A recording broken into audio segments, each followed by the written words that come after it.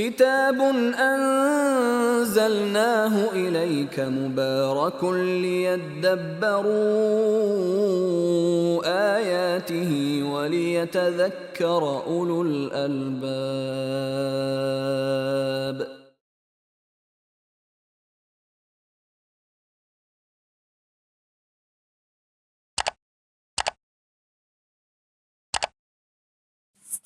بسم الله الرحمن الرحيم. الحمد لله نحمده ونستعينه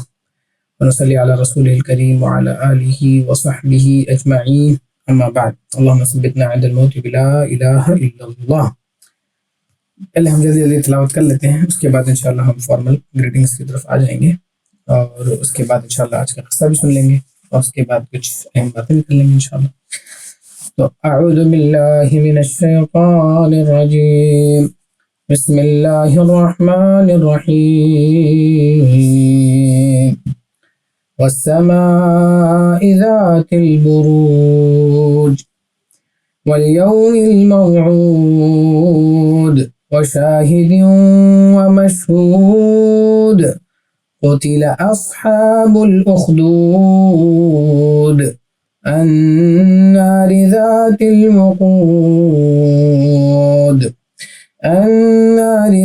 الوقود إذ هم عليها قعود وهم على ما يفعلون بالمؤمنين شهود. وما نقموا منهم إلا أن يؤمنوا بالله العزيز الحميد الذي له ملك السماوات والأرض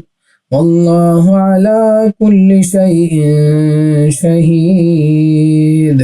إن الذين فتنوا المؤمنين والمؤمنات ثم لم يتوبوا فلهم عذاب جهنم ولهم عذاب الحريق. إن الذين آمنوا وعملوا الصالحات لهم جنات تجري من تحتها الأنهار ذلك الفوز الكبير. إن بطش ربك لشديد إنه هو يبدئ ويعيد وهو الغفور الودود ذو العرش المجيد فعال لما يريد. هل أتاك حديث الجنود فرعون وثمود بل الذين كفروا في تكذيب والله من ورائهم محيط. بل هو قرآن مجيد في لوح محفوظ. صدق اللہ العظیم. ان آیات بینات کو ترجمہ سن لیتے ہیں. اللہ کے نام سے شروع جو بے پناہ مہربان نہایت رحم فرمانے والا ہے. قسم ہے برجوں والے آسمان کی اور اس دن کی جس کا وعدہ کیا گیا ہے، اور حاضر ہونے والے کی اور اس کی جس کے پاس لوگ حاضر ہیں، کہ خدا کی مار ہے ان گڑھا کھودنے والوں پر، اس آگ والوں پر جو ایندھن سے بھری ہوئی تھی جب وہ اس کے پاس بیٹھے تھے، اور وہ ایمان والوں کے ساتھ جو کچھ کر رہے تھے اس کا نظارہ کرتے جاتے تھے، اور وہ ایمان والوں کو کسی اور بات کی نہیں صرف اس بات کی سزا دے رہے تھے کہ وہ اس اللہ پر ایمان لے آئے تھے جو بڑے اقتدار والا بہت قابل تعریف ہے، جس کے قبضے میں سارے آسمانوں اور زمین کی سلطنت ہے، اور اللہ ہر چیز کو دیکھ رہا ہے.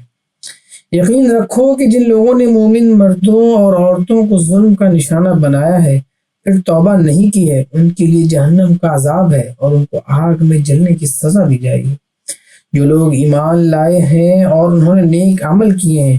ان کے لیے بے شک جنت کے ایسے باغات ہیں جن کے نیچے نہریں بہتی ہیں، یہ ہے بڑی کامیابی. حقیقت یہ ہے کہ تمہارے پروردگار کی پکڑ بہت سخت ہے، وہی پہلی مرتبہ پیدا کرتا ہے اور وہی دوبارہ پیدا کرے گا، اور وہ بہت بخشنے والا، بہت محبت کرنے والا ہے، عرش کا مالک ہے، بزرگی والا ہے، جو کچھ ارادہ کرتا ہے کر گزرتا ہے۔ کیا تمہارے پاس ان لشکروں کی خبر پہنچی ہے، فرعون اور سمود کی؟ اس کے باوجود کافر لوگ حق کو جھٹلانے میں لگے ہوئے ہیں، جبکہ اللہ نے ان کو گھیرے میں لیا ہوا ہے۔ ان کی جھٹلانے سے قرآن پر کوئی اثر نہیں پڑتا،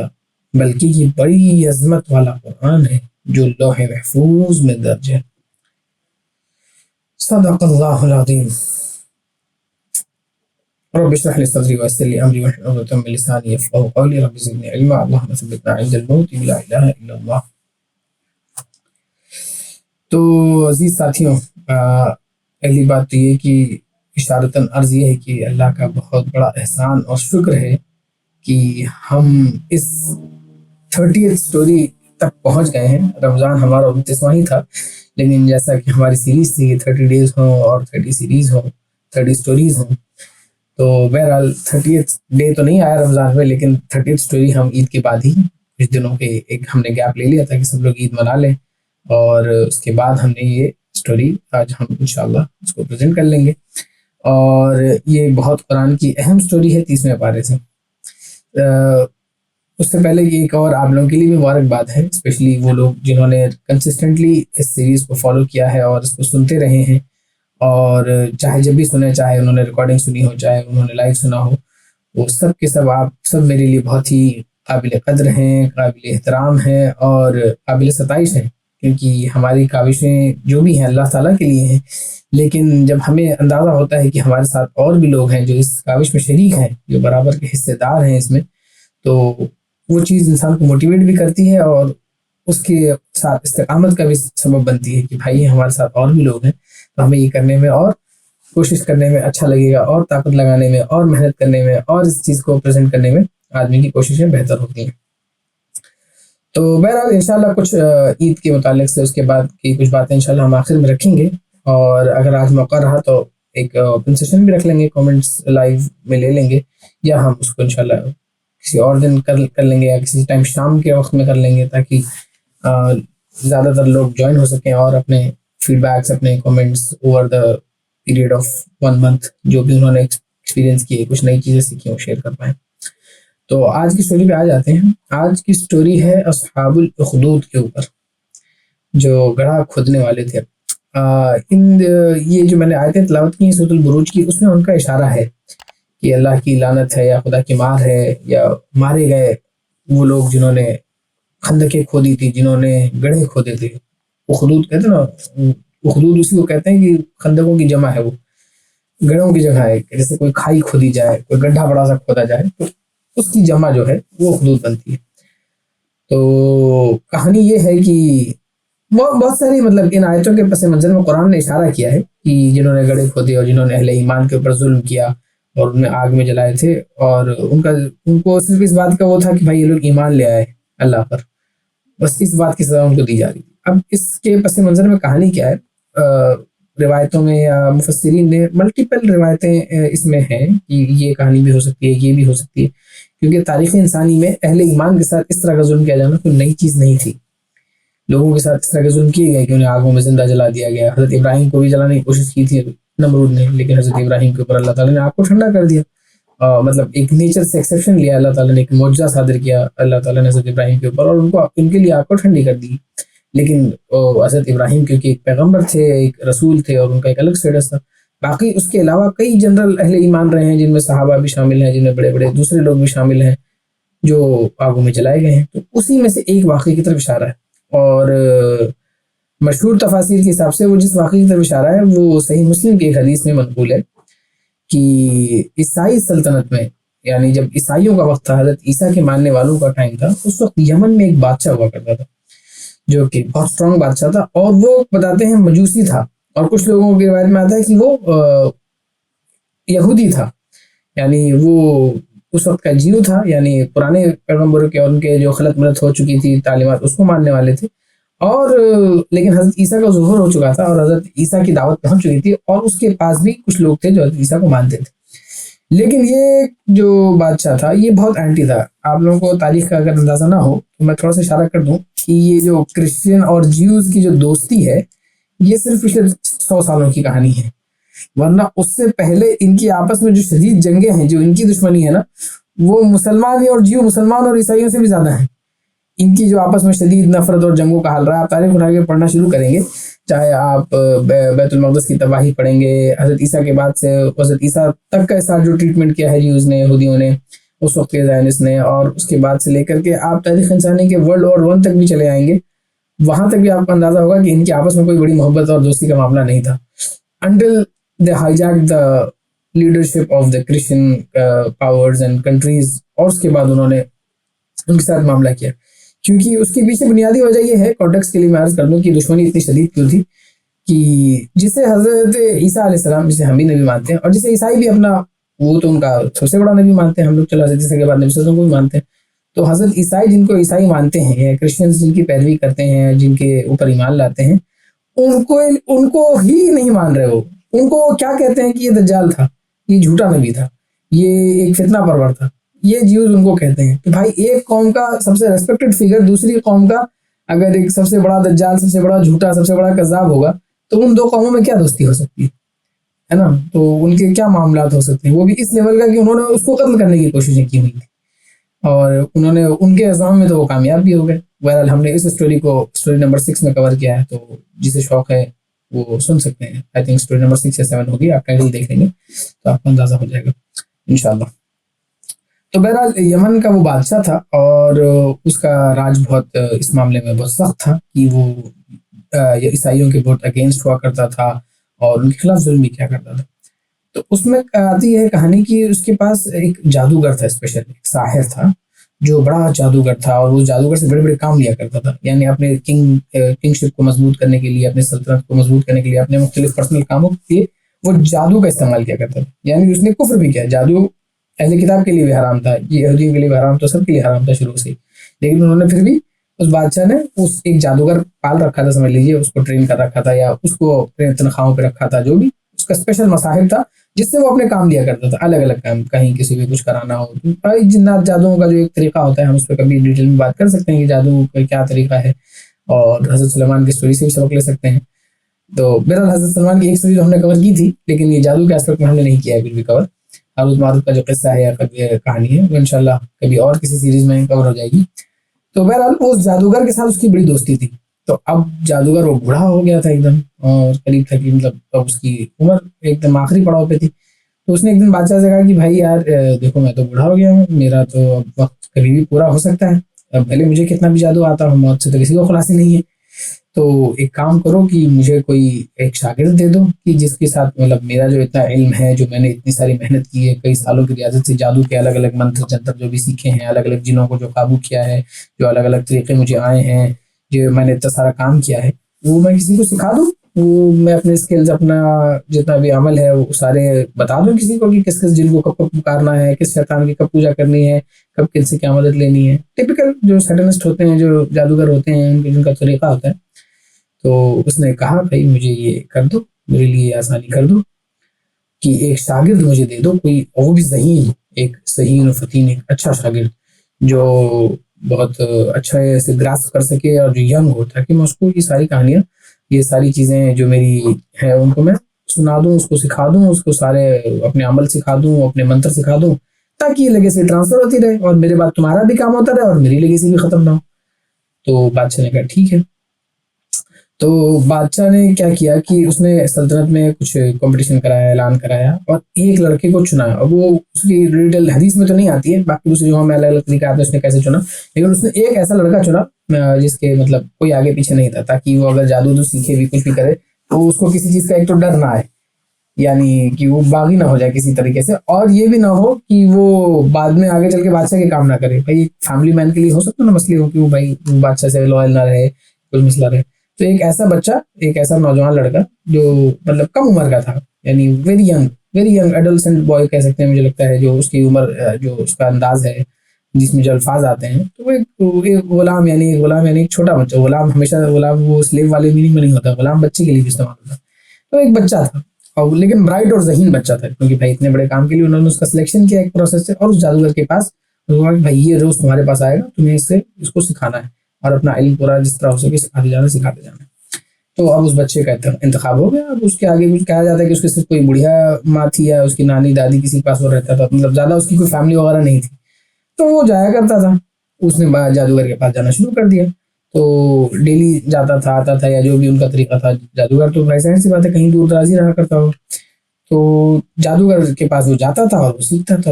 اور بڑی تیزی سے سیکھ رہا تھا، وہ بہت ذہین تھا، اور بڑی تیزی سے اس کو جادو کا فن آنے لگا، ہنر بھی آنے لگا۔ تو بادشاہ بھی اس سے خوش ہے، جادوگر بھی خوش ہے۔ لیکن کیا ہوا کہ یہ جادوگر کے پاس زیادہ، تو راستے میں اس کو ایک آدھ بار کبھی ایک راہب کا چھوٹا سا مٹ دکھا، ایک چھوٹی سی کٹیا، ایک چھوٹا سا ہٹ جو اس نے دیکھا کہ کبھی کبھار جیسے کچھ بڑی راستے میں ایک ہی راستے سے جا رہا ہے، تو وہاں اس نے دیکھا ایک یار بندہ رہتا ہے پہاڑی وغیرہ میں، یہ اپنی چھوٹی سی اس نے کٹیا بنا رکھی ہے، اس میں ایک بندہ رہ رہا ہے۔ تو اس سے اس کی دو بار ملاقات ہو گئی، سلام دعا مانوسیت ہو گئی، تو وہ کبھی کبھی اس کے ساتھ بیٹھنے لگ گیا۔ تو پھر پتہ ہی چلا کہ وہ لڑکا کیا تھا، وہ جس کے پاس بیٹھنا اس نے جو شروع کیا، تو وہ بندہ بھی ایک بہت بزرگ تھا، مطلب ایک سینئر سٹیزن تھا، ایک عمر دراز بندہ تھا جو کہ بہت عبادت گزار تھا، اور وہ عیسائی راہب تھا، یعنی he was the follower of Jesus Christ peace be upon him, عیسیٰ علیہ السلام۔ اور وہ مطلب اس وقت کا مسلمان تھا، یعنی اس وقت کے مسلمان لوگوں میں سے تھا، اس وقت کے مسلمان کی، کیونکہ اس وقت تو اسلام وہی تھا جو حضرت عیسیٰ لے کے آئے تھے۔ تو انہوں نے، وہ بندہ حضرت عیسیٰ کا ماننے والا تھا، اور وہ اپنی کٹیا میں رہتا تھا اور بہت عبادت گزاری کرتا تھا اور اچھی اچھی باتیں بتاتا تھا، لوگوں کو نصیحتیں کرتا تھا کہ بھائی یہ نہ کرو، یہ ظلم کے کام ہیں، یہ غلط ہیں، یہ صحیح کام۔ تو یہ لڑکا کبھی کبھی اس کے پاس بیٹھ جاتا تھا اور اس کی باتیں سنتا تھا، تو اس کو اچھی لگتی تھی، بھائی ظاہر سی بات ہے توحید پر، بھلائی پر، وہ لڑکے کی فطرت سلامت تھی، اس کی فطرت تو مسخ نہیں ہوئی تھی، وہ ابھی اپنے نیچر پہ تھا، وہ ابھی اللہ تعالیٰ کی طرف سے جو اللہ تعالیٰ نے اس کو انعام دیا تھا کہ ہر بچے کو ایک گفٹ ہوتا ہے نا، ہر بچہ جب پیدا ہوتا ہے، خیر میں حدیث کی طرف نہیں جاؤں گا پورے ڈیٹیل کیا، لیکن نیچر جس بچے کے اندر سلامت ہوتا ہے، جس میں اس کے لیے دین کو سمجھنا بہت مشکل نہیں ہوتا ہے، اس کو اچھی بھلی باتیں اچھی لگیں گی۔ آپ بچوں کو بچپن سے جب دین کی تربیت کرتے ہیں، سکھاتے ہیں، تو بچے اس کو بڑی جلدی گراسپ کرتے ہیں، بچوں کو اس میں لاجک بڑی جلدی سمجھ میں آتی ہے۔ اب میں خود بچوں کو پڑھا چکا ہوں، وہ بھی یعنی چھوٹے بچے 8-9 سال تک کے بچوں کو، تو اسپیشلی اسلامک اسٹڈیز میں، تو مجھے اندازہ ہے کہ بچوں کے کوشچنز بھی کتنے سویٹ اور انوسنٹ ہوتے ہیں، اور ان کے سمجھ بھی کتنی تیز ہوتی ہے، they grasp things very carefully and very crisply اور ویری کوئکلی بھی، یعنی ان کو ایک دم ایگزیکٹ پن ٹو پن چیزیں سمجھ میں آتی ہیں، اور بچپن میں جو چیزیں ایگزیکٹ سمجھ میں آ جاتی ہیں وہ بڑی کلیئر ہوتی ہیں۔ شرک ان کے لیے ایک ان کے اپنے آپ سے جنگ ہے، کسی بچے کو شرک کی تعلیم دو نا تو اس کے اوپر ہیبت طاری ہوتی ہے، اس کو وہ باندھتا ہے، ایک شرک کی تعلیم بچے کو ڈراتا ہے، اس کے پروں کو کاٹتا ہے، اس کو بند کرتا ہے، لیکن توحید کی تعلیم جب کسی بچے کو دی جاتی ہے نا، وہ اس کو کھولتا ہے، بھائی اللہ سے اس وقت کسی سے نہیں ڈرنا ہے، دنیا میں کوئی چیز تمہیں روک نہیں سکتی۔ یہ ساری چیزیں بچوں کو بوسٹ کرتی ہیں، اور ان کے انیٹ نیچر، ان کی جو فطرت ہوتی ہے کھلنے کی، اس کو پروان چڑھاتی ہیں۔ میں لیسن میں، یہ چھوٹا سا لیسن ہے ویسے تو میں نے ابھی ذکر کر دیا، آخر میں موقع ملا تو پھر کر دیں گے۔ تو وہ بچہ، اس کو باتیں اچھی لگتی تھی کہ بھائی توحید کی باتیں بتا رہے ہیں، تو نیکی کی باتیں بتا رہے ہیں، تو بھلائی کی باتیں بتا رہے ہیں، تو وہ ان کو سننا شروع کر دیتا تھا، سنتا رہتا تھا۔ جب جا رہا ہے تھوڑی دیر بیٹھ جا رہا ہے، پھر آگے جا رہا ہے، جادوگر سے جادو سیکھ رہا ہے، پھر واپس آ رہا ہے، پھر تھوڑا دیر سن لیا، چلا گیا، ایسے کرتے کرتے کرتے کہ وہ اس لڑکا، مطلب جادو بھی اس نے سیکھ لیا، لیکن وہ پورا اس بندے کے ایمان پر آ گیا، پورے اس کی جو، اب وہ چھوٹا بچہ تھا، اس نے راہب کی باتیں سنی، راہب نے بھی اس پر اسپیشل توجہ دی، راہب کو بھی اللہ تعالیٰ نے کچھ نہ کچھ جو علم دیا ہوگا، جو بھی طریقہ تھا اس نے اس کی اچھی تربیت کی، اپنی طرف سے بھی اس کو سکھایا۔ تو ایک طرف سے وہ جادو سیکھ رہا ہے، دوسری طرف سے وہ راہب سے دین کی تربیت حاصل کر رہا ہے، دین کی تعلیم حاصل کر رہا ہے۔ تو وہ کرتے کرتے یہاں تک ہو گیا کہ وہ اپنے آپ کو اس نے اس ایمان پہ لا لیا، وہ جو ایمان تھا، جو راہب کا ایمان تھا، راہب کے ایک دم دین کو اپنے ایمانی طور پہ اختیار کر لیا، لیکن اس نے اوپر سے کسی کے ذہن میں ذکر نہیں کہ اوپر سے وہ جادو سیکھ کے جاتا تھا، اپنے گھر چلا جاتا تھا، بادشاہ کو رپورٹ کر دیتا تھا، بس وہی ہم سیکھتے جا رہے۔ تو روایت میں آتا ہے کہ ایک دن وہ جا رہا تھا، تو راستے میں ایک بہت بڑا جانور تھا جس نے لوگوں کا راستہ روکا ہوا تھا۔ بعد نے کہا کہ بھائی کوئی شیر تھا، بعد نے کہا کہ کوئی ہاتھی، تو بڑا سا جانور تھا جو، اور وہ لوگوں کے عام راستے میں آ کے بیچ میں بیٹھ گیا یا کھڑا تھا، اور لوگ اس کی وجہ سے آگے جا نہیں پا رہے تھے، اور پورا راستہ جام ہے، بلاک ہے۔ تو وہ لڑکا جا رہا تھا، اب اس لڑکے کے دل میں تھوڑا بہت ابھی بھی تھا، کیونکہ جادوگر اسے کچھ اور شیطان کی پرستش اور الگ چیزیں سکھا رہا ہے، راہب اس کو الگ چیز سکھا رہا ہے۔ تو اس نے سوچا کہ آج آزما لیتے ہیں۔ اس کے دل میں کیا ہے کہ اتنے سارے لوگ کھڑے ہیں، اب اس کے اندر رحمدلی کا جذبہ تو تھا ہی، ایک انوسنٹ بچہ، ایک نارمل فطرت کا بچہ، تو اس کو آئے گا کہ لوگوں کی کس طرح مدد ہو سکی، کرنی چاہیے۔ تو اس کے دل میں یہ بات آئی بھائی ہمیں میں کچھ کرتا ہوں. تو اس کے دل میں آئی کہ یار آج فیصلہ ہو جائے گا کہ یہ جادوگر ٹھیک بولتا ہے یا راہب کی باتیں اس کو زیادہ پسند ہے. تو اس نے کیا کیا, ایک پتھر اٹھایا اور اس نے اللہ سے دعا کی اس وقت کہ یا اللہ اگر راہب کی باتیں آپ کے مطلب اللہ سے وہ کہہ رہا ہے, اللہ سے دعا کر رہا ہے کہ اگر یہ راہب سچا ہے, یعنی راہب کی باتیں زیادہ بہتر ہیں جادوگر کی باتوں سے, تو اس پتھر سے اس جانور کو ختم کر دیجیے. اور یا اگر نہیں, اگر جادوگر پسند ہے تو وہ ٹھیک ہے جو بھی ہے. یعنی اس کا انکلینیشن اسی طرف تھا کہ راہب کی باتیں زیادہ بہتر ہے, تبھی نا اس نے پرو کی دعا اس کے لیے کی کہ اگر راہب کی باتیں ٹھیک ہیں تو جانور ختم کر دیجیے ورنہ پھر دیکھا جائے. تو مطلب وہ ٹیسٹ کر رہا تھا, اس کا ایمان تو آ چکا تھا, اس کو یقین تو آلموسٹ سمجھ میں قریب قریب آ چکا تھا کہ یہی بندہ صحیح ہے, یہی طریقہ صحیح ہے, لیکن ابھی اس کو پوری طریقے سے ایک سمجھ لیجیے کہ ایک فائنل نیل باقی تھا, یا اس کو تھوڑا سا دل میں وہ تھا کہ یار ایک بار ویریفائی ہو جائے پوری طریقے سے. تو اس نے دعا کی اور اس کے بعد اس نے وہ پتھر پھینک کے مارا. اب وہ پتھر اس جانور کو لگنا تھا کہ وہ جانور مر گیا, اور اس کے بھائی جانور مر گیا تو اب لوگوں کا آنا جانا آسان ہو گیا. تو لوگ آنے جانے لگے اور لوگوں نے دیکھا بھائی جتنے لوگ دونوں طرف راستے کے بلاک تھے یا دیکھ رہے تھے رکے ہوئے تھے, وہ سب کو اندازہ ہوا کہ اس لڑکا یہ اس میں کچھ تو اسپیشل ہے بھائی, سم تھنگ اسپیشل اباؤٹ ہم. جس نے ایک پتھر پھینکا اور پتھر پھینک کے اس نے کیا نام ہے پورا جانور مار دیا. اتنا بڑا جانور, کوئی ہاتھی ہے یا شیر ہے, بعد میں شیر کا بعد میں ہاتھی کا, کہ بھائی ایک پتھر سے جسٹ اتنا بڑا جانور چھوٹے سے پتھر سے کیسے مر سکتا ہے. تو ضرور اس لڑکے کے پاس کچھ اسپیشل علم ہے, اس کے پاس کوئی بات ہے. تو وہاں پر ایک اندھا شخص کسی کے ساتھ جا رہا تھا, تو اس نے کہا بھائی کہ ذرا تم اگر کچھ اللہ سے دعا کر دو کہ میری بینائی واپس آ جائے. تو اس بندے نے اللہ سے دعا کی, اس کی آنکھوں پہ ہاتھ رکھ کر اس کی بینائی واپس آ گئی. اب تو بھائی یہ مشہور ہونے لگ گیا, اور ابھی اور بھی لوگ اس کے پاس آنے لگے. اور قصہ یہ کہ پھر اس کے بعد وہ اس کی خبر پھیلنے لگی کہ ایک بچہ ہے جو ایسی باتیں کرتا ہے. اس بچے نے جا کر کے اب راہب کو یہ بات بتائی کہ بھائی اب اس کو سمجھ میں آ گیا کہ جو جادوگر جس چیز کی تعلیم دے رہا تھا وہ غلط تھی, وہ گمراہی تھی, وہ ضلالت ہے, اور راہب جو مجھے جس طرف بلا رہا ہے یہی حقیقت ہے, یہی سچائی ہے, اور یہی اللہ کو مطلوب ہے. کیونکہ اس نے آزما لیا ہے, دعا کے ذریعے دیکھ لیا کہ اللہ اگر یہ سچ ہے تو یہ کر دے, اگر وہ سچ ہے تو وہ کر دے, اور اللہ نے اس کے اوپر نازل کیا. تو اب اس نے راہب کو جب یہ سارا قصہ سنایا تو راہب نے کہا بھائی اب تو تمہارے اوپر آزمائشیں آنے والی ہیں, کیونکہ بھائی تم نے اب جو کام کیا ہے اس کے بعد اب لوگوں میں بات پھیلے گی, اور بادشاہ ظالم ہے, اور بادشاہ کو پتہ چلے گا تو بادشاہ تمہارے ساتھ اب ظلم کا معاملہ کرے گا. تو اس نے ایک بات یہ کہی کہ بھائی اب جب تمہیں پتہ چل جائے نا کہ بھائی اب تمہارے پہ آزمائشیں آنے والی ہیں, اب تمہاری دعا بھی قبول ہونا شروع ہو گئی ہے, لوگوں کو تم سے شفا حاصل ہو رہی ہے تمہارے دعا کے ذریعے سے,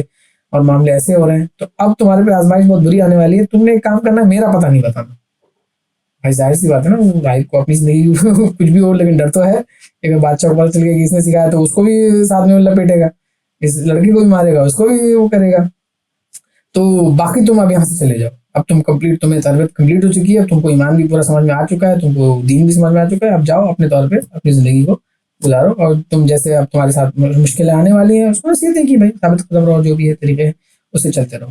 اب یہ لڑکا ابھی چل پڑا, اب یہ شہر میں آ گیا اور چیزیں اب سب کو پتہ چل گیا, اس نے جادوگر کے پاس بھی جانا بند ختم کر دیا, اور اس نے اعلان مطلب لوگوں کو واضح ہو گیا کہ یہ جادوگر جھوٹا ہے, بادشاہ کا دین بھی سچ نہیں ہے, اور توحید کا دین ہی اصلی دین ہے کہ صرف ایک اللہ کو پکارا جائے. بادشاہ اپنا سجدہ کراتا تھا یا جو شیطان کی بتوں کی پرستش کراتا تھا اس نے ان سب سے انکار کر دیا, اور اس کی باتیں اتنی اچھی تھیں کہ لوگوں کو بھی اچھے لگنے لگے. لڑکا بھی بڑا مؤثر, اس نے جو سیکھا تھا علم بیان کرتا تھا, اور لوگوں کو جب فائدہ ہوتا تھا لوگ اس کے اوپر ایمان لاتے تھے. کوئی کوڑھی آتا تھا وہ اس کو شفا دعا کر دیتا تھا, اس کو شفا ہو جاتی تھی تو کوڑھی اس کو ایمان لا لے. کوئی نابینا آئے وہ اس کی آنکھوں پہ ہاتھ پھیرے دعا کر دے, اس کی آنکھیں ٹھیک ہو جائیں تو لوگ اس کے لیے دعا کرنے لگتا ہے, وہ لوگ اس پہ ایمان لاتے تھے. تو بڑی تیزی سے اس کی دعوت پھیلنے لگی, یعنی وہ فیمس بھی ہو گیا اور لوگ اس کے پاس آنے لگے اپنی اپنی گزارشات لے کر, اور اس کو کیا نام ہے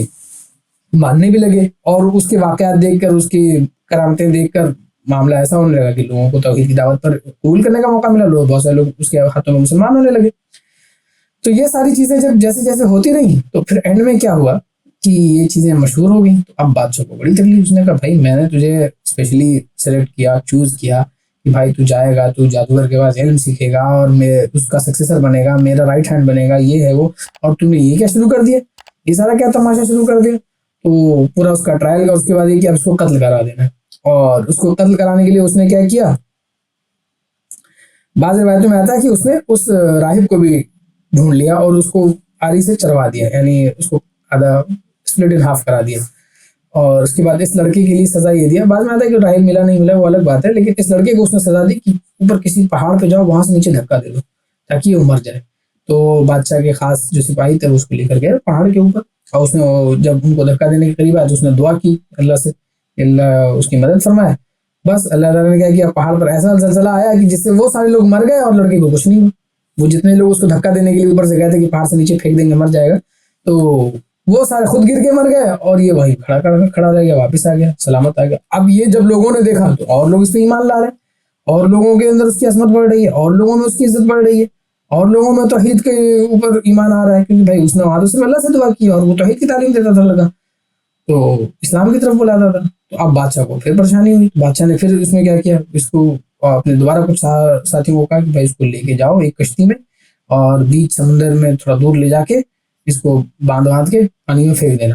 اور یہ ڈوب جائے اور تم لوگ پھر واپس آ جانا تاکہ اس سے ہماری جان چھوٹے. تو انہوں نے اس کے سپاہیوں نے پھر لے کر گئے, اور لیکن وہاں بھی یہی ہوا کہ اس نے پھر سے اللہ سے دعا کی, اور ایسا نتیجے میں طوفان آیا کہ کشتی پلٹی اور وہ سب ڈوب گئے, لڑکا پھر بھی نہیں ڈوبا. لڑکے کو اللہ تعالیٰ نے پھر کرامتی طور پہ مجازی طور پہ بچا لیا اور وہ پھر واپس آ گئے.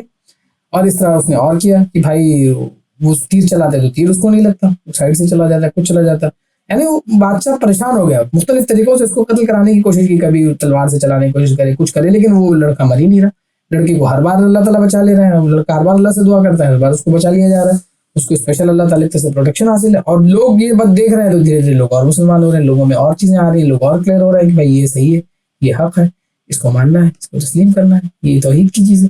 تو اب بادشاہ بڑا پریشان ہوا. تو بادشاہ نے اس سے اور کچھ ڈیل کرنے کے لیے کہا کہ بھائی کیا ہے تم ایسا ایسا. تو لڑکے کے ذہن میں ایک پلان آیا کہ کیوں نہ اس کو بادشاہ کو طریقہ دیا جائے, ایک آپشن دیا جائے, اور جس سے اور زیادہ سے زیادہ, ابھی بہت سارے لوگ مسلمان ابھی تو ہوئے ہیں لیکن بہت سارے لوگ ابھی بھی بادشاہ کے دین پہ. تو اس نے کہا کہ ایک کام کرو, بادشاہ سے اس نے خود کہا, بادشاہ سے جب بھائی بار بار دیکھ کر مارنے, اس نے کہا اگر تم مجھے مارنا چاہتے ہو تو تم کو ایک کام کرنا پڑے گا کہ تمہیں پورے کیا نام ہے اپنی سلطنت میں, اپنی حکومت میں جتنے تمہارے رعایا ہے, جتنے تمہارے لوگ ہیں, سب کو بلاؤ, کامن ماسز کو بلاؤ ایک بڑے میدان میں, اور وہاں پر ایک بڑے اونچے ٹیلے پر تم مجھے کھڑا کرو, اور وہاں پر تم بھی کھڑے ہو, اور وہاں پر مجھے تم کو کھڑا کرنا ہے, سولی پہ لٹکانا ہے, جو بھی ہے, اور اپنے تیر سے کیا نام ہے ایک تیر لینا ہے اپنے ترکش سے, اس کو کمان میں لے کے you have to fire it upon me, تم کو وہ تیر مجھے مارنا ہے. لیکن اب کیچ یہ ہے کہ تمہیں یہ کہنا پڑے گا کہ اس اللہ کے نام پر جو اس لڑکے کا پروردگار ہے, اور اس اللہ کا نام لے کر تم مجھے تیر سے میرے اوپر نشانہ لگاؤ گے تو شاید تمہارا کام بن جائے, ورنہ تمہارا کام نہیں بنے گا. ورنہ تم کوشش کرتے رہو مجھے مارنے کی, اللہ تعالیٰ مجھے میری حفاظت کر رہا ہے اور میں نہیں مارنے والا. تو بادشاہ اب اتنا عاجز آ چکا تھا, بادشاہ اتنا بوکھلا چکا تھا, اتنا پریشان ہو چکا تھا, اس نے کہا کہ ٹھیک ہے میں یہی کر دیتا ہوں, تمہارے رب کے نام ہی سے میں کر دیتا ہوں. بادشاہ کو اس وقت اس کی جلدی ہے اس میں سمجھانے کی لڑکے نے کیا کیا ہے, بھائی اتنے سارے لوگوں کو سامنے بلا کر کے یہ کیوں لڑکے نے درخواست کی, اس کو تو بس ایک ہی مقصد تھا کہ مجھے اس سے جان چھڑانی. تو بھائی اس نے کہا ٹھیک ہے جان چھڑانی.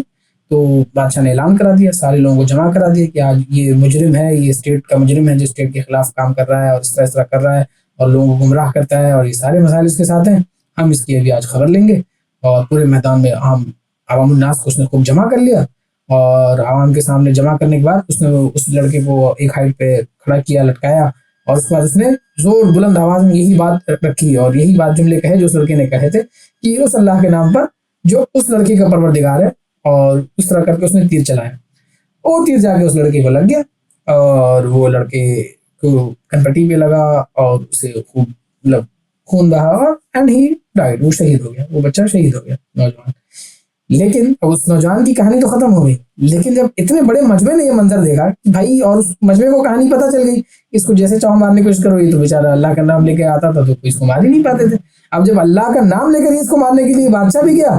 تو یہ مر گیا. اس کا مطلب یہ بادشاہ, یہ لڑکے کا جو دین ہے یہ صحیح تھا, یعنی یہ جو لڑکا اسلام کی طرف دعوت دے رہا تھا, جس عیسیٰ مسیح کی پیروی کرنے کی طرف بلا رہا تھا, یہ صحیح مذہب ہے. اور لوگ ماس در ماس جوک در جوک مسلمان ہونے لگے, بہت زیادہ لوگ مسلمان ہو گئے. اب بادشاہ نے جب یہ دیکھا تو یہ تو الٹا پڑ گیا معاملہ. تو لیکن اب بادشاہ تو بادشاہ تھا, اب اس نے بھائی کہا کہ اب تو خیر نہیں, پہلے تو اب تو ڈھیرے ڈھیرے نہیں, اب جو ایمان لائے گا سب مارے جائیں گے. تو اس نے کیا کیا کہ اس نے سڑکوں کے کنارے گڈھے کھدوائے بڑے بڑے, اور ان گڈھوں میں لکڑیاں خوب ڈلوائیں, ایندھن خوب ڈال کے, تیل ویل چھڑک کے جو بھی تھا ان گڈھوں میں آگ لگئی, اور ایمان والوں کو پکڑ پکڑ کے لایا جاتا تھا. کہا جاتا تھا کہ کفر اختیار کرو یا تم کو اس دھکے مطلب اس گڑھے میں دھکا دے دیا جائے گا، تمہیں اس میں جلا دیا جائے گا، تمہیں دھکا دے دیا جائے گا، بعد میں ہے کہ بادشاہ کو سجدہ کرو یا تمہیں اس دھکے میں ڈال دیا جائے گا، اس گڑھے میں ڈال دیا جائے گا۔ تو ایک ایک کر کے لوگ آتے تھے اور لوگ وہ ان کے سپاہی پکڑ پکڑ کے جتنے لوگ ایمان لانے کا دعویٰ کرتے تھے، بھائی اب لڑکے کی یہ جو پورا مناظرہ جو لوگوں نے دیکھا اور میدان میں پورا پبلک نے دیکھا، اس کے واقعات اتنے مشہور تھے کہ لوگوں کے اندر اتنی ہمت آ گئی تھی کہ لڑکے کو مرتا دیکھ کر اور اتنا وہ کر کے کہ لوگ جان دینے کے لیے ایک دم تیار، ایک ایک کر کے کافی سارے لوگ آتے تھے، بادشاہ سے انکار کرتے تھے، ایمان کا دعویٰ کرتے تھے اور بادشاہ ان کو گڑھے میں پھینکوا دیتا تھا، جو ملتا تھا گڑھے میں پھینکوا دیتے۔ روایت میں آتا ہے کہ ایک عورت اپنے شیر خوار بچے کو لے کے آئی اور وہ ڈر رہی تھی، اس کے دل میں ایک ڈاؤٹ آ گیا کہ کیا کریں کیا کریں، تھی وہ ایمان والی، اس نے بھی ایمان لا لی، لیکن اس کو بڑا وہ پریشانی تھی کہ یار میں کیا کروں، ابھی یہ بچہ میرے ہاتھ میں گود میں ہے، دودھ پیتا بچہ ہے میرے سینے پہ لگا ہوا، میں اس کو کہاں لے کے جاؤں، یہ تو بچہ بھی مر جائے گا، اس کو بڑی تکلیف آئی۔ تو وہ کچھ مطلب اس کا کچھ ڈاؤٹ آنے لگا کہ کیا کروں، کیا میں بادشاہ کی بات ٹیمپریریلی مان لوں، کیا اس کو سجدہ کر ہی دوں، کیا کروں۔ تو روایتوں میں آتا ہے کہ وہ بچہ بول اٹھا۔ یہ اب تاریخ میں ویسے آپ لوگ کبھی پڑھیں گے تو 3 بچوں کا ذکر ہے تاریخ میں، ایک تو حضرت عیسیٰ علیہ السلام خود تھے جن کی سٹوری ہم نے کور کی تھی، اور ایک یہ بچہ ہے جو گود میں، ماں کی گود میں سے مطلب ایک دم انفانسی کی ایج میں، ایک دم بچپنے کی عمر میں جس نے گفتگو کی ہے، تو یہ بچہ ہے۔ تو بتایا جاتا ہے کہ اس نے خطاب کیا، اس نے اپنی ماں سے کہا کہ ماں بالکل ڈرنا نہیں ہے، بالکل بھی گھبرانا نہیں ہے، بالکل کوئی چیز نہیں ہے، بے خطر آگ میں کود جاؤ، اللہ تعالیٰ ہم لوگوں کو جنت میں بہتر بل دیں گے اور اللہ تعالیٰ جنت میں بہتر انعام دیں گے، اس بادشاہ کے اوپر شرک کرنے کی کوئی ضرورت نہیں، اس بادشاہ بھی ایمان لانے کی کوئی ضرورت نہیں، دین سے پھرنے کی کوئی ضرورت نہیں۔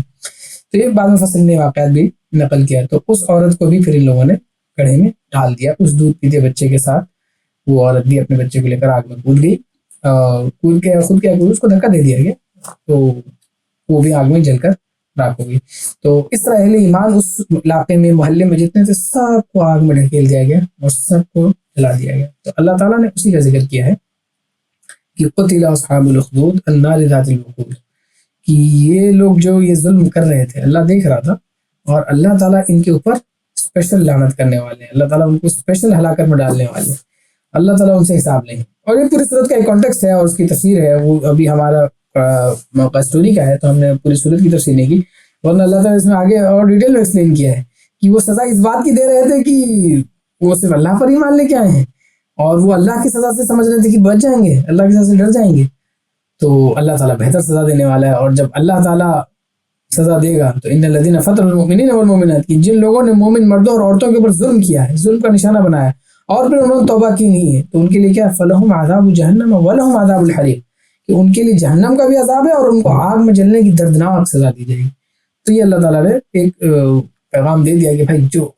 در حقیقت یہ آیتیں مکہ میں نازل ہو رہی ہیں اور ان کا کانٹیکسٹ یہی تھا کہ اہل ایمان جو مکہ میں ہیں ان کے اوپر بھی کافی ظلم شروع ہو چکا تھا، تو اللہ تعالیٰ نے اس صورت کے ذریعے اہل ایمان کو تسلی دی کہ تمہارے پہ ظلم ہو رہا ہے تو ایسی کوئی بات نہیں کہ تم پہلے جن پہ ظلم ہو رہا ہے، اہل ایمان ہمیشہ سے ظلم ہوتا چلا ہے۔ اور دوسری بات اللہ نے دھمکی دی ہے انڈائریکٹلی ان لوگوں کو جو ظلم کرنے والے ہیں کہ تم ظلم کر رہے ہو آج، تو اللہ سے ڈرنا، اللہ جب تمہیں پکڑے گا، اللہ کی رسی میں بھی ڈھیل ہے، اللہ نے تمہیں بھی چھوڑ رکھا ہے، تمہیں ظلم کا پورا موقع دے رہے ہیں، ابھی تمہیں مسئلہ نہیں ہو رہا ہے، ابھی تم ظلم کرتے رہو، لیکن جب اللہ پکڑ کرنے پر آئے گا، جب اللہ تعالیٰ نے پکڑ کی تو پھر کوئی پانی مانگنے والی چیز نہیں ہوگی، پھر کوئی تمہیں اللہ کی پکڑ سے بچانے والا نہیں، پھر اللہ تعالیٰ سے کوئی تمہیں حفاظت کرنے والا نہیں، پھر تمہاری جتنی جادو ہے، تمہارا جتنا طاقت ہے، تمہاری جتنی بادشاہی ہے، تمہاری جتنی سلطنت ہے، جتنی حکومت ہے، کچھ کام نہیں آنے والی،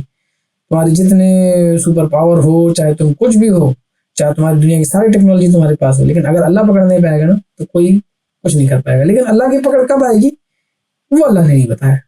وہ اللہ تعالیٰ نے فرعون کو بہت وقت دیا، نمرود کو بہت وقت دیا، کسی کو بہت وقت دیا، کسی کو کم وقت دیا، ہاں وہ اللہ کا اپنا ٹائم ہے، لکل امت اجل، ہر امت کے لیے ایک اجل ہے، ایک معین وقت ہے، وہ اللہ کو پتہ ہے کب دینا ہے، وہ ہمارا آپ کا کام نہیں ہے، وہ اہل ایمان کا کام نہیں ہے، نہ ہی وہ کسی اور کو اس کا انتظار کرے، وہ بھی بیچارے بہت دعویٰ یہ کرتے تھے لے آؤ عذاب، آج کے دور میں کچھ لوگ کہتے ہیں کچھ عذاب نہیں ہے، مسلمان کو اگر اتنے ہی اللہ کے مسلمان اتنے اللہ کے چاہتے ہیں تو ان پہ جو ظلم کرنے والے ان پہ کیوں نہیں کچھ ہو جا رہا ہے، یہاں فلاں پہ اسرائیل یہ ظلم کر رہا ہے، فلاں جگہ وہ ہے، غزہ فلسطین میں یہ ظلم ہو رہا ہے، الگ الگ دنیا کے مالک مسلمانوں پہ ظلم ہو رہا ہے، تو عذاب کیوں نہیں آ جا رہا؟ بھائی عذاب کا اللہ کا اپنا وقت ہے، یہاں پہ اصحاب الاخدود کوئی عذاب اس وقت امیڈیٹلی نہیں آیا، اہل ایمان اس میں جلاتے چلے گئے، جلتے چلے گئے، وہ مجبور تھے، مظلوم تھے، ان کے اوپر ظلم ہوتا رہا، تو اللہ تعالیٰ نے بتا دیا کہ وہ پکڑے گئے اور ان کے اوپر ہلاکت ہے۔ اب وہ کس طرح سے ہلاک ہو گیا ہے اس کے بارے میں مفسرین خاموش ہے، کچھ لوگوں نے کچھ باتیں رکھی بھی ہیں لیکن کوئی بہت اوتھینٹک اس میں کچھ نہیں ملے گا کہ ان کے ساتھ کیا ہوا۔ اب باقی دنیا تو چھوٹی سی چیز ہے، دنیا میں تو آپ ایک بار مر جائیں گے، اس زیادہ کیا ہی ہوگا، لیکن جب اللہ آخرت میں پکڑ کرے گا تو ایک ایک چیز کا حساب کرے گا۔ تو یہ تھی کہانی ان پیپل آف ڈیتھ کی، یہ بڑی سیڈ سٹوری تھی، اور اسی لیے میں نے سوچا تھا کہ عید کے دن نہیں کروں گا اس کو کم سے کم، حالانکہ ہمارا 29 رمضان کے بعد ہم چاہتے تو عید کے دن بھی آدھا گھنٹہ نکال کے کر لیتے ہیں، لیکن اس دن ہم بھی اور سب لوگ ہی بزی رہتے ہیں، اور دوسرا خوشی کا موقع ہوتا ہے، تو اس کا ایسی کہانی سنانے کا میرا بالکل بھی من نہیں تھا، اور میں اس کہانی کو چھوڑنا بھی نہیں چاہتا تھا، کیونکہ اس کہانی کی جو لیسنز ابھی ہم لینے والے ہیں وہ بہت اہم ہیں۔ ان میں سب سے پہلا لیسن تو یہ ہے کہ ایمان والوں کے ساتھ آزمائشیں لگی رہتی ہیں۔ یہ ہمیشہ پہلی چیز یاد رکھیں کہ جب بھی اہل ایمان کسی معاملے میں آئیں گے تو ان کے ساتھ آزمائش لگی ہوئی ہے، اس میں کوئی ڈاؤٹ نہیں ہے کہ اہل ایمان کے ساتھ آزمائش لگی ہوئی ہے۔ اور اہل ایمان کے ساتھ آزمائش کا معاملہ یہ ہے اللہ تعالیٰ کا کہ یہ آپ نے ایمان کا اگر دعویٰ کیا ہے نا، حسب الناس ان یترکوا ان یقولوا آمنا وهم لا یفتنون، لوگوں نے سمجھ رکھا ہے کہ وہ کہیں گے ہم ایمان لائے تو ان کو آزمائش نہیں ملے گی، ان کو آزمایا نہیں جائے گا، نہیں ہونے والا ایسا۔ آزمائش آئے گی، کہیں نہ کہیں سے آئے گی، ہو سکتا ہو آسان آئے، ہو سکتا ہو مشکل آئے، ہو سکتا ہو مال دے کے آزمائے۔ ہاں تو کیا ہے سورۃ الفجر میں اللہ تعالیٰ نے کتنا اچھا کہ اگر اللہ تعالیٰ جب کسی کو کچھ عطا فرماتے ہیں اور کچھ اس کے اوپر فضل کرتے ہیں تو کہتا ہے فیقول ربی اکرمن، میرے اپنے بہن پر بڑا کرم کر دیا، اور واما اذا ما ابتلاه فقدر علی رزقه فیقول ربی اہانن، کہ جب میں اس کا رزق تنگ کر دیتا ہوں، اس میں کچھ مسئلے لا دیتا ہوں، تکلیف کا تو میرے رب نے ذلیل کر دیا۔ اللہ کہہ رہا کلا، ہرگز نہیں، بالکل نہیں، نہ تمہیں کچھ دیا جانا تمہاری تکریم تھی، نہ تم سے کچھ لیا جانا تمہاری تہنین تھی، نہ تم کو کچھ مال مل جانا، نہ تم کو بڑا رزق مل جانا کوئی تمہاری بہت اللہ تعالیٰ کی تکریم ہو گئی ہے، نہ تمہارے اوپر کچھ آزمائش آ جانا، تمہارے اوپر کچھ لے لیا جانا، تمہارے سے کچھ چھین لیا جانا، یہ تمہاری تذلیل ہوئی، بالکل بھی نہیں، بلکہ در حقیقت دونوں ہی چیزیں کیا ہیں، آزمائش کے طریقے ہیں، کبھی دے کے آزمایا جائے گا، کبھی لے کے آزمایا جائے گا، کبھی آسانیوں سے آزمایا جائے گا، کبھی سختیوں سے آسانی سے آزمایا جائے گا، دیکھا جائے گا کہ آسانی میں کتنا اللہ کو یاد کرے۔ آسانی کی آزمائش اس معاملے میں زیادہ مشکل ہے کہ لوگوں کو پلٹنا اور مشکل ہوتا ہے، آسانی کے وقت میں لوگ بڑی تیزی سے اللہ کو بھلا دیتے ہیں، مشکل وقت میں پھر بھی لوگ اللہ کو یاد کر لیتے ہیں۔ تو آزمائش اہل ایمان کے ساتھ ہمیشہ لگی رہنے والی ہے، بہت زیادہ ڈیٹیل میں نہیں جائیں گے وقت کی کمی کی وجہ سے، یہ پہلا لیسن ہے۔ دوسرا لیسن یہ ہے کہ جب آپ کو حق اور باطل کے درمیان پتہ چل جائے کہ کیا حق ہے اور کیا باطل ہے تو آپ نے دیری نہیں کرنی ہے، پھر حق کے اوپر چاہے باطل آپ کے لیے کتنا گلوریفائڈ کیوں نہ ہو۔ اب اس لڑکے کے لیے بڑا آسان تھا کہ وہ جادوگر کی بات مانتا رہتا اور بادشاہ کا رائٹ ہینڈ بنا دیتا اور اپنی دنیاوی زندگی عیش میں کاٹتا۔ بھائی بادشاہ کا رائٹ ہینڈ بننے کا کیا مطلب ہے؟ You have every thing in your hand, تم جیسے چاہو ویسے رہو، بادشاہ کے خاص ہو، تمہیں اسپیشل چیزیں بھی ملیں گی، تمہیں اسپیشل پروٹوکول ملے گا، مال دولت سب کچھ ملے گا، لیکن ہی چوز دا اخروی لائف، اس نے سمجھ لیا کہ بھائی یہ غلط اور یہ گناہ کر کے جو مجھے عائش ملے گا یہ میرے کسی کام کا نہیں ہے، اس نیک کام میں اور اس نیکی میں اس توحید پہ چلنے میں میرے لیے بھلے مشکلات ہوں لیکن میرے حقیقت وہی ہے، مجھے کرنا وہی ہے۔ تو جب بھی آپ کو رائٹ اور رانگ کے بیچ کی چیز دل میں آ جائے ایک بار تو اس کو دل میں چھپا کے نہ رکھیں، پھر بس اپنے آپ کو ایمان پہ لا لیں، کیونکہ اگر آپ نہیں لائے تو پھر آپ کے لیے ساتھ جو ہوگا اس کے لیے آپ خود رسپانسبل ہوں گے، پھر اللہ تعالیٰ آپ کے لیے توبہ آپ نے نہیں کی تو اللہ تعالیٰ کے پاس آپ کے لیے کوئی مقام نہیں ہونے والا ہے۔ اس کے بعد تیسرا لیسن بہت امپورٹنٹ اس سٹوری سے ہمیں ملتا ہے کہ بھائی کسی کی زندگی تباہ ہو جانا، کسی کا مر جانا، کسی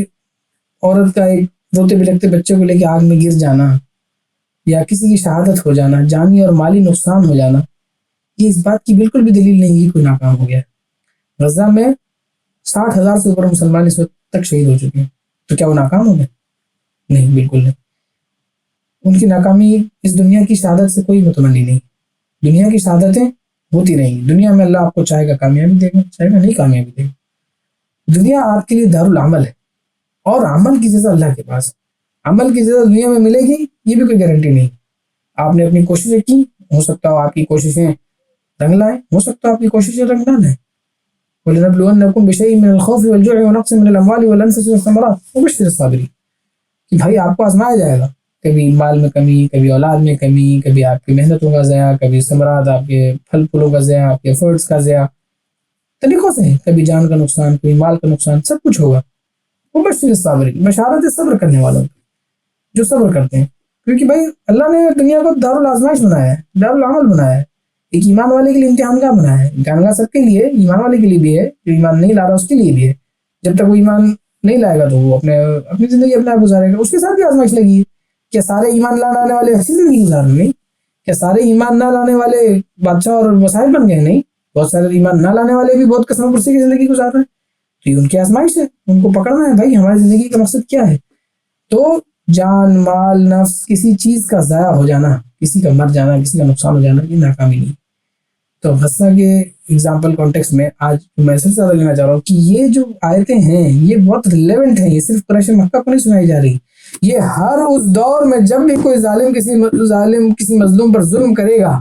صرف اس پاداش میں کہ وہ ایمان والے ہیں اور ان کا ایمانی تقاضا ہے اور وہ اپنے ایمان کی اعلان کرتے ہیں اور وہ اپنے ایمان پر چلنے کی کوششیں کرتے ہیں اور اپنے ایمان پر ثابت قدم ہے، صرف اس بیسس پہ جب کوئی ظالم مظلوم کرے گا تو اس کو یاد رکھنا چاہیے کہ اللہ پکڑ کرنے والا ہے اور اس ظلم کا رستہ بہت دور تک نہیں جائے گا۔ ہو سکتا ہے دنیا میں تم 100 برس پریشان کر لو، 300 سال پریشان کر لو، 500 سال پریشان کر لو، چلو 1000 سال پریشان کر لو، لیکن اخروی جو ابدی حیات ہے وہ 1000 انٹو 1000 انٹو 1000 پاور 1000، اتنا لمبا ٹائم آپ کو اس کے بدلے میں کاٹنا پڑے گا۔ دنیا کی زندگی میں ایک آدمی 60 سال زندگی گزارے گا، 70 سال گزارے گا تکلیف میں، 100 سال گزار لے گا چلو،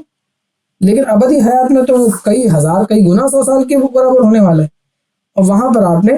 کتنا گھاٹے کا سودا کیا کہ دنیا میں آپ نے 100 سال کسی پر ظلم کیا ہوگا اور آخرت میں آپ ہزاروں سال کے لیے ظلم کے، ہزاروں کروڑوں سال کے لیے آپ اسی ظلم کی چکی میں خود پسنے والے۔ اور جس نے دنیا میں 1000 سال 100 سال 50 سال جو بھی عمر جس کی ہے تکلیف میں کاٹے، وہ جنت میں پہنچے گا۔ حدیث میں آتا ہے کہ ایک جھونکا اس کو دلایا جائے گا، مطلب حدیث پوری اس طرح سے کہ 2 بندے آئیں گے، ایک ہے جس نے دنیا میں فل عیش کیا ہوگا، فل عیاشی، اس نے کبھی تکلیف دیکھی نہیں ہوگی، اس کو جہنم کا ایک جھونکا دیا جائے گا، یعنی جیسے جھولے سے نا ایک بار جہنم سے اس گزار کے لے کے آیا جائے گا، اس سے پوچھا جائے گا کبھی خیر دیکھی ہو؟ کبھی خیر دیکھی ہی نہیں، اللہ تیری عزت کی قسم کبھی زندگی میں خیر دیکھا ہی نہیں، صرف ایک جھونکے میں یہ حال ہے۔ اور جو بندہ بیچارہ دنیا میں صرف مشکلوں میں آیا ہوگا، کوئی خیر نہیں دیکھی ہوگی، کوئی آسانی نہیں دیکھی ہوگی، اس کو اللہ تعالیٰ جنت میں سے ایک پھیرا لگوائے گا، ایک جھونکا اس سے دلوا کے لائے گا، پھر پوچھے گا کبھی تکلیف دیکھی؟ انہوں نے بولا تیرے رب کی قسم، اللہ آپ کی عزت کی جلال کی قسم کبھی میں نے مشکل دیکھی ہی نہیں۔ تو یہ حقیقت ہے اس دنیا کی، یہ اس دنیا کی حقیقت ہے جو ہمیں اس واقعے سے سمجھنی ہے کہ بھائی دنیا کی کامیابی، دنیا کی آسائشیں، دنیا کی ناکامی، دنیا کی مشکلات کوئی معنی نہیں رکھتی اس اخروی مقابل میں۔ اور اسی سے ہم آخری لیسن پہ آتے ہیں، اور آخری لیسن کیا ہے؟ بھائی اپنا قبلہ درست کر لیجیے، اپنے آپ کو اللہ کی راہ پہ لا لیجیے، اپنے آپ کو اللہ کے راستے پہ لا لیجیے، کامیابی صرف ادھر ہے اور کہیں کامیابی نہیں۔ تو ان کہانیوں سے ہمیں یہ سارے اسباق لینے ہیں اور ان کو سمجھنا ہے اور بار بار اپنی زندگی میں اپلائی کرنا ہے۔ اللہ تعالیٰ سے دعا ہے کہ اللہ تعالیٰ ہمارے اس کہانی کو، پیشکش کو اور اس کو آپ کے سننے کو سب کو قبول فرمائے اور ہمیں صحیح حق کی راہ کو چننے پہ، سمجھنے پہ، اس میں عمل کرنے کی توفیق عطا فرمائے اور ہمیں بار بار قرآن کے ان حصوں سے گزرنے کی توفیق عطا فرمائے۔ کیونکہ آج آخری دن ہے اور آج ہماری 30ویں سٹوری ہے، تو ہم انشاءاللہ تھوڑا سا اس معاملے میں دعا اسپیشل کریں گے کہ اللہم ربنا لک الحمد حمدا کثیرا طیبا مبارکا فیہ ملء السماوات وملء الارض وملء ما شئت من بعده اللهم صل على محمد وعلى ال محمد كما صليت على ابراهيم وعلى ال ابراهيم انك حميد مجيد اللهم بارك على محمد وعلى ال محمد كما باركت على ابراهيم وعلى ال ابراهيم انك حميد مجيد۔ اے اللہ، ہم نے جو یہ پوری سیریز اپنے طور پر کرنے کی کوشش کی ہے قرآن کے مختلف قصوں سے جو تو نے نقل کیے ہیں، جو تو نے اپنے نبی پر نازل کیے ہیں، جو تو نے اس قرآن میں محفوظ کیے ہیں، ان کو جو سمجھنے کی کوششیں کی ہیں، ان کو جو جاننے کی کوششیں کی ہیں، اللہ ان میں ہمیں برکت عطا فرما، ان کو قبول فرما، ہمارے دلوں میں ان کو راسخ فرما، ہمارے دلوں میں ان کو مضبوط کر دے، ہمیں ان پر عمل کرنے کی توفیق عطا فرما، ہمیں ان سے جو سب سے امپورٹنٹ لیسنز ہیں ان سب لیسنز کو لینے کی توفیق عطا فرما، ہمارے لیے ان راہوں کو آسان کر دے جن پر کامیاب ہونے والے چلیں، ہمارے لیے ان راستوں کو مشکل کر دے جن پر ناکام ہونے والے چلیں، ہمارے لیے آزمائشوں میں، ہمارے لیے مصیبتوں میں، ہمارے لیے آسائشوں میں، ہمارے لیے آسانیوں میں، ہر معاملے میں اپنے ذکر کو قریب کر، اپنے آپ کو ہم سے قریب کر، ہمیں دین کے صحیح راستوں پر چلنے کی توفیق عطا فرما، دین کا صحیح فہم عطا فرما، اور ہمیں قرآن کو بار بار پڑھنے کی توفیق عطا فرما، بار بار سمجھنے کی توفیق عطا فرما، قرآن کے قصوں کو بھی پڑھنے کی توفیق عطا فرما، قرآن کے احکامات کو پڑھنے کی بھی توفیق عطا فرما، قرآن کے ہر پہلو کو، ہر لفظ کو سمجھنے کی، ہر پہلو سے، ہر صورت سے، ہر پارے سے ہمیں اپنے لیے لیسنز، اپنے لیے معاملات سمجھنے کی توفیق عطا فرما۔ اللہ رمضان میں ہمیں جو بھی کاوشیں کی ان کو قبول فرما، اللہ ہمارے رمضان کی عبادتوں کو قبول فرما، ہمارے صیام کو، قیام کو، تراویح کو، سحر کو، افطار کو، ہر چیز کو قبول فرما، ہماری تلاوتوں کو قبول فرما، ہمارے مطالعوں کو قبول فرما، ہمارے آفس سے جانے کو قبول فرما، ہمارے دین کے کاموں کو قبول فرما، ہمارے دنیا کے کسب معاش کے کاموں کو قبول فرما، ہمارے گھر کے کاموں کو قبول فرما، گھر میں خواتین کی محنتوں کو قبول فرما، سحر افطار کی تیاریوں کو قبول فرما، تراویح کے حفاظ کی محنتوں کو قبول فرما۔ اللہ ہر معاملے میں انسانوں کی ہدایت کے معاملے کو آسان کر دے۔ اللہ ہم سب کو قرآن سے بار بار جڑنے کی توفیق عطا فرما، قرآن کے اندر موجودہ ہیرے موتی جواہر جن سب کو کلیکٹ کرنے کی توفیق عطا فرما۔ اللہ ہمارے اس کاوش کو قبول فرما، ہمارے اس 30 دن کی کوششوں کو قبول فرما، ہمارے اس 30 دن کی محنتوں کو قبول فرما، اور ان میں جو بھی حق بات کہی گئی ہے اس کو ہم سب کو سمجھنے اور ہمارے دلوں میں اس کو قبول کرنے کی توفیق عطا فرما، ان کو عمل کرنے کی توفیق عطا فرما، اور جو بھی کوئی بات غلطی ہوئی ہے، جو میری اپنی ذاتی کمی ہے، ذاتی کوتاہی ہے، اللہ ان سب سے ہم سب کو محفوظ کر دے، ان سب کو ہمارے دلوں سے نکال دے، ہمارے ذہنوں سے نکال دے، ہمیں ان سب سے دور کر دے، ہمیں ان سب سے بھلا دے۔ اللہ غزہ کے مسلمانوں کی خاص مدد فرما، اللہ غزہ کے مسلمانوں کی خاص مدد فرما، اللہ دنیا بھر میں جہاں مسلمان مظلوم ہیں ان کی مدد فرما، ان کو اس ظلم سے نکلنے کی توفیق عطا فرما۔ اللہ دنیا میں جہاں بھی کوئی بھی کہیں بھی مظلوم ہے، اللہ ان مظلوموں کی مدد فرما۔ اے اللہ اہل ایمان کو اس بات کی طاقت دے کہ وہ ظلم کے خلاف ہر جہاں اپنے آپ کو مستردی پائے، اپنے آپ کو طاقتور پائے، اپنے آپ کو اس ظلم کو ختم کرنے والوں میں شمار فرمائے، ظلم کو روکنے والوں میں شمار فرمائے۔ اے اللہ اہل ایمان کو اس بات کی طاقت دے کہ وہ ظلم کو برداشت کرنے والے بنے، اس ظلم کے خاتمے کی کوششیں کرنے والے بنے۔ اے اللہ امن و امان کا، عدل کا، انصاف کا، ہر چیز کا معاملہ کرنے کی توفیق عطا فرمائے۔ اللہ ہم سب کے دلوں کو اسلام کے لیے کھول دے، قرآن کے لیے کھول دے۔ اللہ ہمارے گناہوں کو معاف کر دے، اللہ ہمارے گناہوں کو معاف کر دے، رمضان کے خطاؤں کو قبول فرما، عید میں کی گئی پچھلے 3-4 دنوں میں جو بھی خطائیں ان کو بھی قبول فرما۔ اے اللہ ہمارے معاملات کو آسان فرما دے، ہمیں دین کے اوپر مثبت انداز میں، مضبوط انداز میں چلنے کی توفیق عطا فرما۔ اے اللہ قرآن سے ہمارے رشتے کو مضبوط کر دے، اے اللہ قرآن سے ہمارے رشتے کو محفوظ کر مضبوط کر دے۔ اے اللہ ہمیں صاحب قرآن بننے کی توفیق عطا فرما، اے اللہ ہمیں قرآن کے صاحب بننے کی توفیق عطا فرما، اے اللہ ہمیں قرآن کے ساتھ چلنے والا بنا۔ اے اللہ قرآن ہمارا اٹھنا بیٹھنا اوڑھنا بچھونا ہر طریقے سے قرآن ہماری زندگیوں میں ایک گائیڈ بننے کی توفیق عطا فرما۔ اے اللہ نبی کریم صلی اللہ علیہ وسلم کی زندگی کے مطابق ہمیں زندگی گزارنے کی توفیق عطا فرما۔ اے اللہ ان کے بتائے ہوئے طریقے پہ ہمیں چلنے کی توفیق عطا فرما۔ اے اللہ ان سے محبت ہمارے دلوں میں بے پناہ کر دے، اللہ ہمیں ان کے راستے پہ چلنے والا بنا، ان کے راستوں کو سمجھنے والا بنا، ان کے واقعات جو ہم نے اس قرآن کے قصوں میں سنے، اللہ ان واقعات سے ہمیں درس لینے کی توفیق عطا فرما۔ سیرت کو ہمیں بار بار پڑھنے کی توفیق عطا فرما، سیرت کو ہمیں بار بار پڑھنے کی توفیق عطا فرما، قرآن کو اور سیرت کو دونوں کو ہمیں سمجھنے کی توفیق عطا فرما۔ اللهم ثبتنا عند الموت بلا اله الا الله، ربنا تقبل منا انك انت السميع العليم وتب علينا انك انت التواب الرحيم، ربنا اتنا في الدنيا حسنه وفي الاخره حسنه وقنا عذاب النار، واخر دعوانا الحمد لله رب العالمين، السلام عليكم ورحمه الله وبركاته۔ Do share your comments. آج کی اسٹوری تو اینڈ ہوئی، انشاءاللہ ہم پھر کوئی اور سیریز لائیں گے اور کچھ اور اس طرح سے کریں گے۔ آپ پیج بھی فالو کرتے رہیں، آپ شیئر بھی کرتے رہیں، لائک بھی کرتے رہیں، اپنے کمنٹس بھی دیتے رہیں، اور انشاءاللہ we'll have a session of Eid maybe tonight or maybe tomorrow night at evening time، تاکہ جو ہمارے ریگولر لسنرز ہیں وہ سارے جوائن ہو سکیں، اور انشاءاللہ we'll have that thing done and closed انشاءاللہ۔ اور میں آپ سب سے ایک بار پھر گزارش کروں گا کہ آپ پرانے جتنے اسٹوریز ہیں ان کو جا کے ضرور چیک کریں اور ان کو جا کے ضرور سنیں، اور اپنی زندگیوں میں ان کو ضرور سمجھنے کی توفیق عطا فرما، اور کوشش کریں کہ زیادہ سے زیادہ قرآن سے اپنے تعلق کو مضبوط کریں۔ ہماری دنیا اور آخرت کی کامیابی کا راستہ قرآن میں ہی رکھا ہوا ہے، اللہ تعالیٰ نے قرآن نازل ہی اس لیے کیا ہے۔ تو اس بات کے ساتھ اور آپ سب کا بہت بہت زیادہ اسپیشل شکریہ ہے کہ آپ لوگوں نے 30 دنوں تک ریگولر، اسپیشلی بہت سارے لوگ جو ریگولر آتے رہے، ریگولر سنتے رہے، ان سب کا بہت اسپیشل شکریہ ہے کہ آپ نے ہمارے ساتھ اس جرنی کو کیا۔ اور میں امید کرتا ہوں کہ کوئی بات اگر بری لگی ہوگی، کچھ غلط ہے، تو اس کی طرف سے میں معذرت خواہ ہوں، اور آپ نے مجھے ضرور معاف کیا ہوگا، اور جو باتیں اچھی لگی ہوں گی ان کے لیے میں درخواست کرتا ہوں کہ آپ اس کے لیے ہمارے لیے دعا کریں، اور اس معاملے میں بہتری کا معاملہ کریں کہ اللہ تعالیٰ علم میں، عمل میں ہم سب کو بڑھنے کی توفیق عطا فرمائے، اور بار بار ہمیں اس طرح کے اچھے مواقع پیدا کرنے کی توفیق عطا فرمائے، بار بار اس طرح کے سیشنز کرنے کی توفیق عطا فرمائے، اور بار بار ان سیشن سے لیسنس لے کر اپنی زندگیوں کو بہتر بنانے کی توفیق عطا فرمائے۔ كتاب أنزلناه إليك مبارك ليدبروا آياته وليتذكر أولو الألباب۔